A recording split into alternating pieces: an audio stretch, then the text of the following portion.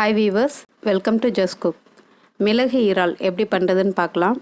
ஒரு 100 கிராம் ப்ரானை நல்லா வாஷ் பண்ணி எடுத்துக்கிறோம். அது கூட கொஞ்சமாக உப்பு, 1 டீஸ்பூன் வந்துட்டு மிளகுத்தூள், 1 டீஸ்பூன் லெமன் ஜூஸ், இது எல்லாத்தையும் வந்துட்டு ஒன்றா கலந்து ஒரு 10 மினிட்ஸ் தனியாக ஊற வச்சு தனியாக வச்சுக்கலாம். இது டிப் பண்ணுறதுக்கு ஒரு பவுலில் ஒரே ஒரு எக்கு எடுத்துக்கிறேன். அந்த எக்கு கூட கொஞ்சமாக உப்பு, கொஞ்சம் மிளகுத்தூள், இது எல்லாத்தையும் ஒன்றா சேர்த்து நல்லா தனியாக அடித்து தனியாக எடுத்து வச்சுக்கலாம். இப்போ வந்துட்டு ப்ரானை வந்துட்டு அந்த எக்கில் நல்லா டிப் பண்ணி தனியாக எண்ணெயில் போட்டு ஒரு நிமிஷம் அந்த அளவுக்கு மட்டும் கம்மியாகவே பொரித்து அதை தனியாக ஒரு பிளேட்டில் எடுத்து வச்சுக்க போகிறோம். ஆல்ரெடி நான் கொஞ்சம் பொரித்து தனியாக பிளேட்டில் எடுத்து வச்சுருக்கேன்.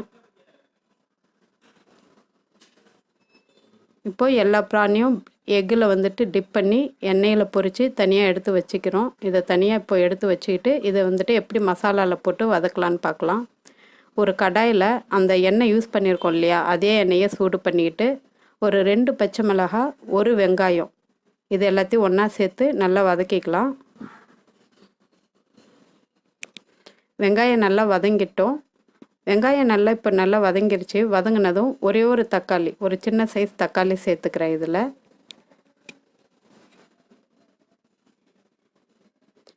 இந்த தக்காளி கூட வந்துட்டு கொஞ்சமாக உப்பு, இந்த ஆல்ரெடி நம்ம ப்ரான்க்கெல்லாம் உப்பு சேர்த்துருக்கோம், அதனால் இதுக்கு தேவையான அளவு கொஞ்சமாக மஞ்சள் தூள், கொஞ்சமாக உப்பு சேர்த்து இந்த தக்காளி வந்துட்டு நல்லா மேஷ் ஆகணும். அந்த அளவுக்கு நல்லா கொஞ்சம் வேக விடுங்க. இந்த எண்ணெயிலே நல்லா வதங்கி வரட்டும்.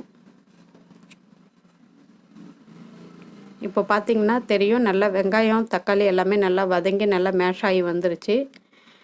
இப்போ வந்துட்டு ஆல்ரெடி பொரித்து வச்சுருக்கிற அந்த எக்கு போட்டு பொரித்து வச்சுருக்கிற ப்ரானையும் இதில் சேர்க்குறோம். சேர்த்து நல்லா புரட்டி எடுத்துக்கலாம். இதில் இந்த மசாலாவில் நல்லா புரட்டி ஒரு டீஸ்பூன் இல்லாட்டி ஒரு 1/2 டீஸ்பூன் போல் மிளகுத்தூள் சேர்த்துக்கலாம். இது மிளகுத்தூள் வீட்டிலே இடித்து வச்சுருக்கேன் நான்.